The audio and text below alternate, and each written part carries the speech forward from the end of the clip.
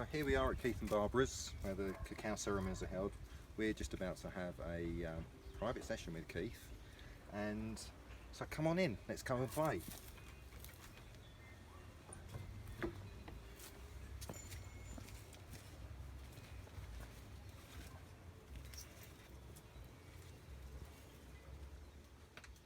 Well everyone, here we are eventually in Guatemala. We've already had a couple of chocolate ceremonies with Keith and Barbara, and here's Keith, and glad that you could spend this time with us, Keith. It's been absolutely amazing over here. Delighted. Lovely to see you again after 2 years, which was exactly yesterday, I think. Yes, it was. That you left to come back to Guatemala. Was the last time I saw you. The day you were here was the day we flew out of Heathrow. Right, that's right. So yeah, it's brilliant. So I've just got a few questions that I'd like to ask you, because we get asked loads of questions by people when they kind of stay with us. Let's go. Obviously, your chocolate is consumed in vast quantities at Inner Guidance. So the first question is, what makes the cacao that you use ceremonial grade cacao? We call it love grade too. So when I started to work with chocolate and realized that there was a chocolate out there that was different than what I grew up with, was very different than the commercial chocolate like the Cadbury's, and even different from the Lindt and the Green and Blacks, and even different from the organic stuff and the raw food stuff that's everywhere these days. And I began using it and realized it was a facilitator. It's a connection and partnership facilitator that helps you connect to whatever you want to connect to. Whether that would be a creative activity like writing, a day of hiking or a night of dancing, a work activity, productive workplace, focus holding, corporate environment where you need to come up with ideas, insights, work with other people, or whether you're using it for meditation, some kind of inner work of any kind, whether you're using it for a type of prayer or self-understanding, that chocolate with the active ingredients was an amazing facilitator to connect to anything, to connect to your sweetheart.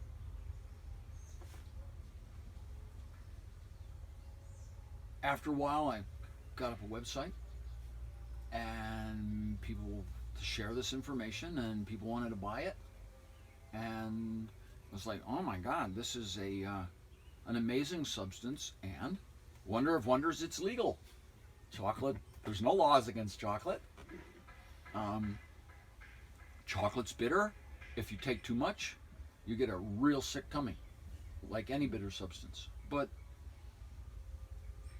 not take it in combination with antidepressants causes a bad reaction.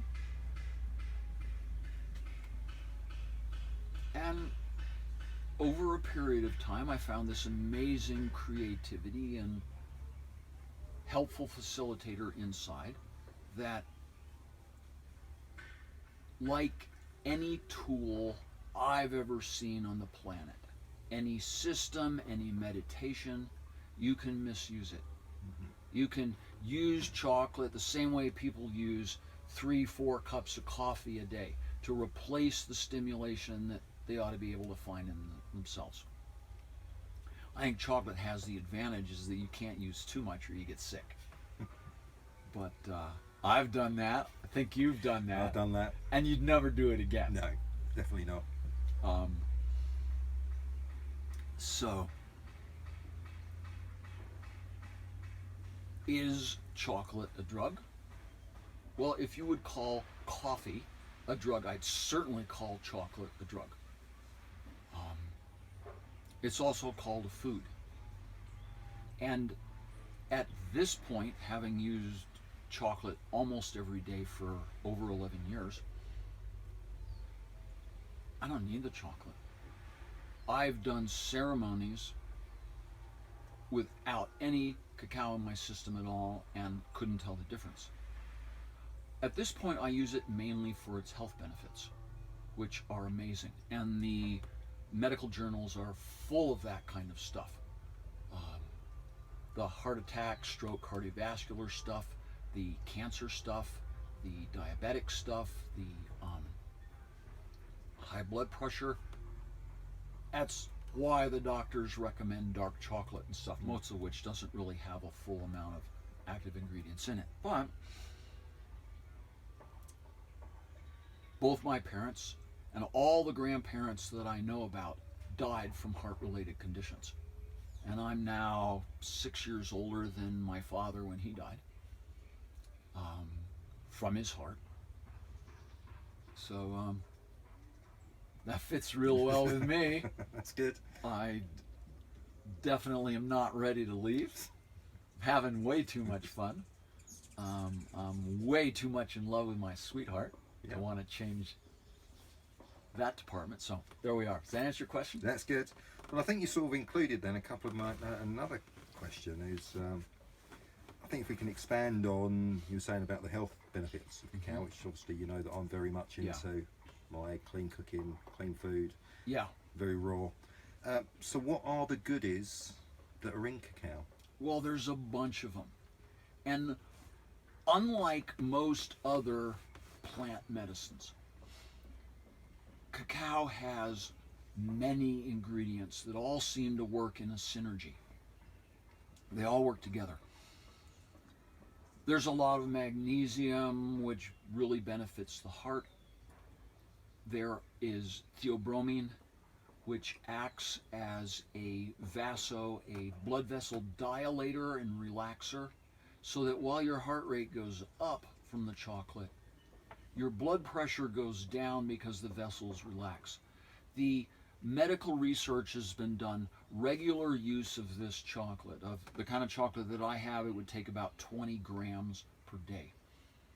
Over a period of several months, will completely clear the deposits out of your arteries. So there's nothing to break loose and cause that kind of heart attack or a stroke. The other kind of stroke from a exploded blood vessel and aneurysm in your brain, the cacao relaxes and opens the blood vessels so the blood pressure goes down. There was a report, a medical journal report, done on a population of indigenous people off the coast of Panama who drink traditionally processed chocolate every day. And it showed that they have 8% of the stroke, heart attack, and other cardiovascular problems that a control group matched for age, weight, and genetics on the mainland who don't consume that kind of chocolate have. And that's since been borne out in research all over the world. The rate of second heart attacks is far lower on people consuming, especially Europeans or Australians who have a little bit more of a real chocolate than North Americans do. The rate of second heart attacks is much, much lower if there's, say, 3 ounces of chocolate or more per week in the diet. Diabetes, adult onset diabetes, even among overweight, very high sugar consuming peoples, is, I think it was in that study, 39% of the normal rate, much less. The cardiovascular stuff, cancer in that study was 16%. And some cancers, for instance, cervical cancer, were almost totally unknown among a population of thousands of women.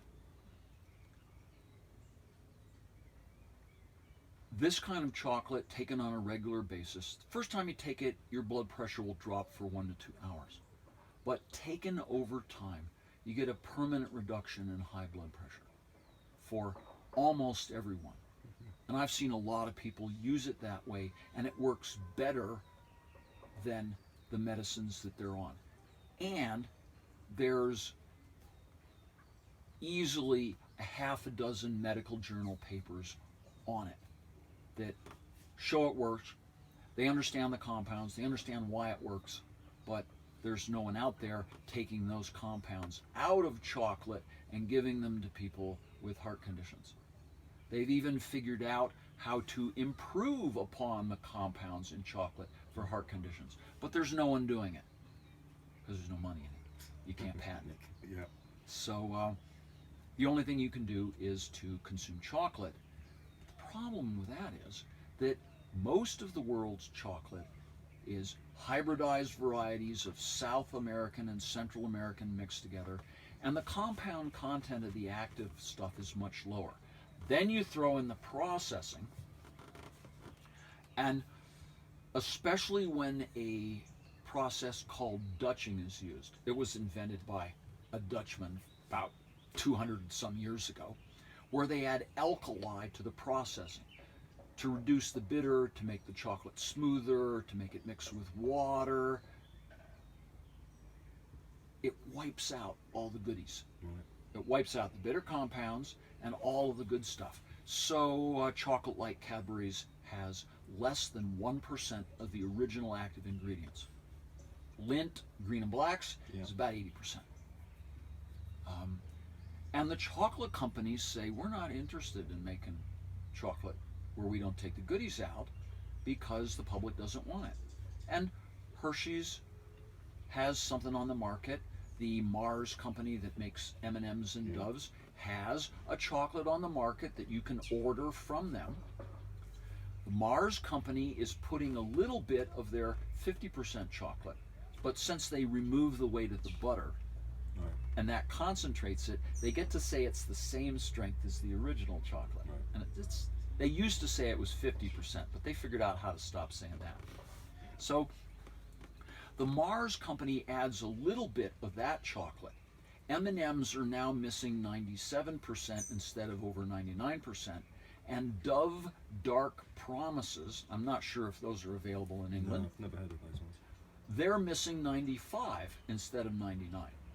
So you get a little bit of that effect. So they're putting a bit back in. Yeah. Yeah. But not enough. Yeah. They're putting their toe in the waters. Right, yeah.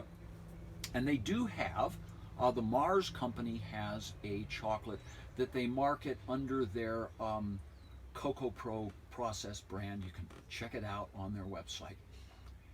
That they make with more of their, probably 100% of their 50% strength chocolate, and they sell it. You buy a box for a month. They sell it for your heart.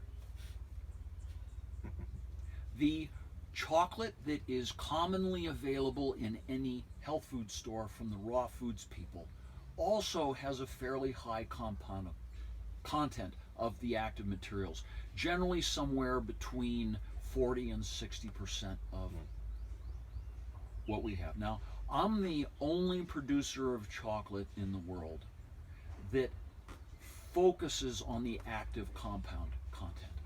That's the first thing. Now, second thing, I mean, even if it has a really high compound, I don't buy it if it tastes like crap. So, because it's not the same. Yeah. Even though we're really not making chocolate for culinary uses. Taste, I don't have to tell you. It works brilliant in my cooking, so... but the taste is great. Yeah. So I'm using traditional indigenous varieties of chocolate, the stuff that is basically left over in the rainforest from the plantings that the shamans did thousands of years ago, that's been bred and propagated by them. So most of my chocolate comes from indigenous peoples because the larger growers plant the more productive hybrids, and we don't buy them. They have larger seeds, they're easier to peel and deal with, but I like my chocolate. Can I tell you a little bit about how we process it? Yeah, go ahead. Well, I started with reading the literature online of what's done with chocolate. and communicating with the cacao spirit as to what to do. And I started with a light toast in a dry fry pan on the kitchen stove, and then hand peeled it. Takes me an hour to peel 1 pound of beans. That would be about half a kilo. Yeah. And then my worker would come over and we would take our shirts off, and I had a little hand cranked mill, and in 3 hours we could triple grind 5 pounds. Working up a real good sweat, trading back and forth. Yeah. And I started using that cacao in my early ceremonies. Now I have 4 full-time, right now 5 indigenous workers. I have 14 families in town, and the women come, get the beans, take them home. They work at home at their own pace. They get paid well. Yeah. They actually get as paid as much as the men make working in their jobs. The money goes to the families. They're happy. They get to work with the beans on the stove and the kids. And when they finish a lot of it, they bring it back, get paid, get some more, and take it home. Yeah. I hand peel my cacao. There's maybe 3 producers in the world that do that. Not only because it provides cash to families in this indigenous community, but because there are moldy beans in every pound, and I don't want to eat it. It's not the kind of mold like cheese that you want to eat. And you cannot see a moldy bean if you're not looking right at it when you take the little papery skin husk off of it. The ladies see the moldy beans, they throw them on the ground, and the chickens love them. And the chickens make richer eggs, and chickens are built to handle things like mold. Right. Yeah. So if you use my chocolate, you're supporting Mayan chickens. Anyway, it costs more, it takes more time than if I got the machines and did it with that, and I'd have to roast it to a higher temperature, and the texture would come out a little bit different, but it would still work fine for ceremonial purposes. But I don't want to sell the mold. Right. Yeah. So when we get them back here, every bucket of the beans that comes back is sorted through to remove anything that doesn't quite look good. Yeah. And then it goes off to the mill, about 300 pounds, 140 kilos at a time, and is ground into the texture that you see in the blocks. Yeah. The friction of the mechanical action of the mill melts it, so we get it back as a stiff but spoonable liquid.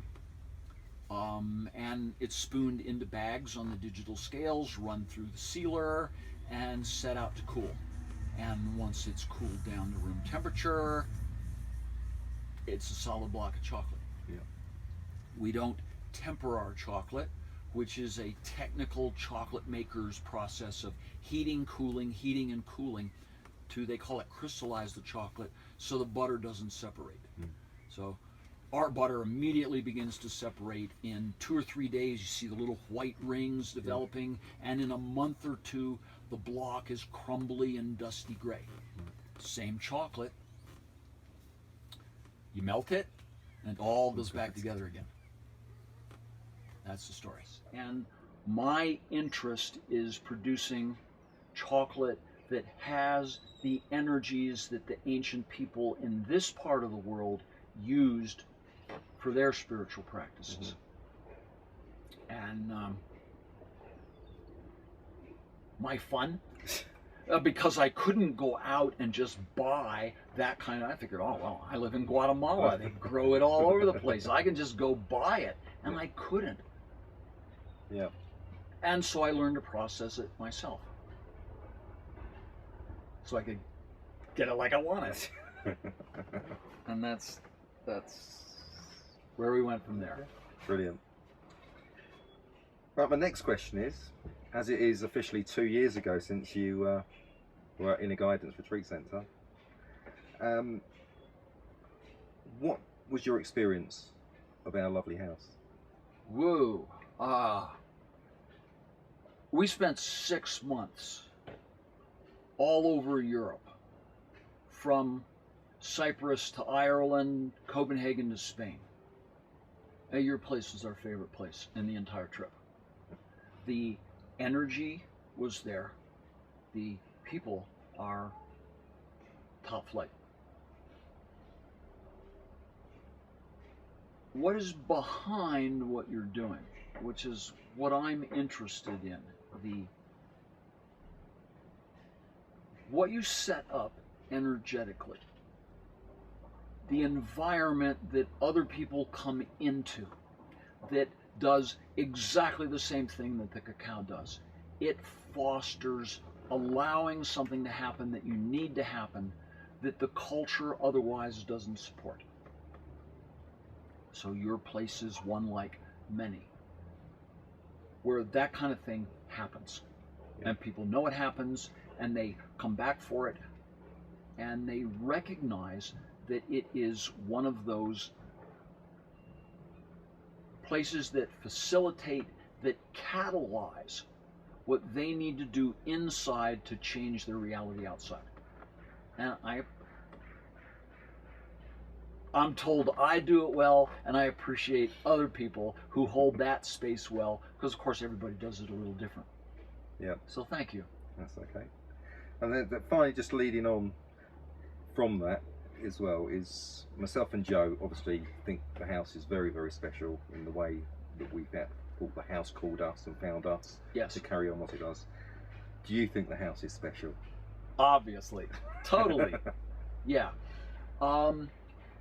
The original nature has been preserved, as in most historical type restorations anywhere in England. Yeah. It's important. I grew up in the Americas, and we don't have that there. The house is older than any building in my entire country. But it's appreciated, and it has been maintained, and those energies are there. And then it's been added on to, because obviously hundreds of years ago no one needed a yoga studio in their house.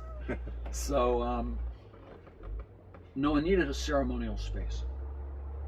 And the space that's been added to the place is in harmony and resonance with the rest of the place, even though it's not designed to fake the antique nature. Yeah. But neither is it overdone in any other way. It has a simplicity of design to it. It has a geometry to it that holds the resonance. And for years now, it's been filled with people doing this kind of work, and that kind of stuff soaks into the paint. Yeah. It's a resonance that's there. And so when people come into that space, there is another level of encouragement to trust and allow. Yeah. And that's how it works. So yeah, great space, beautiful light, fire. Yeah. Sound toys. I like sound toys. That's right, we got a lot of sound toys. Yeah. And my final question is regards going back to the chocolate for the last time for me, is how do you prepare, and how much is a ceremonial dose of cacao? We use 1.5 ounces, 42.5 grams for most people. People who are highly sensitive, people with very low body weight, less. People who are pregnant or breastfeeding, less. Yep. Down to about children, obviously, low body weight, much less. That's plenty. For an activity that doesn't involve a great deal of physical exertion. If there's a lot of physical exertion, like 1.3 instead of 1.5 ounces. If it's just a very light dose for meditation or hiking or something like that, 1 ounce.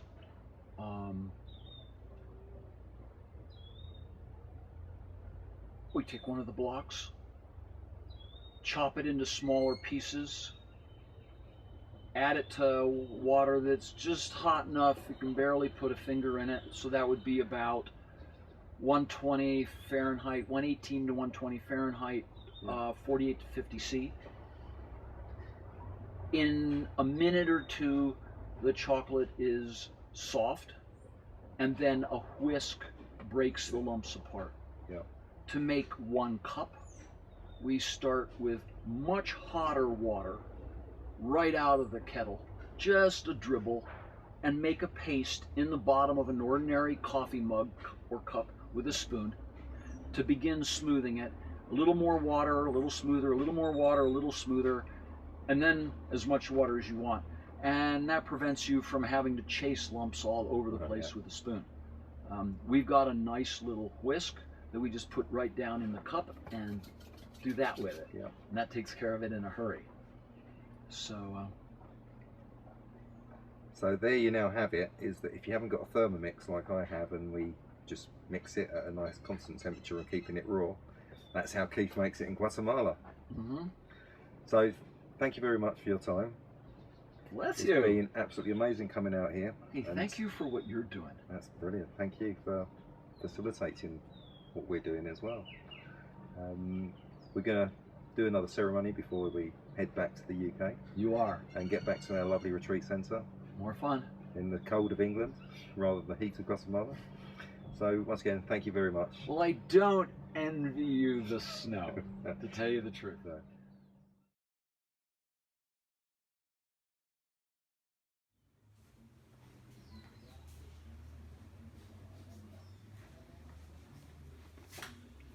If you could have smell-o-vision. Yeah, really. Some of these are full and some are empty. Beans. So that's the Maya nut.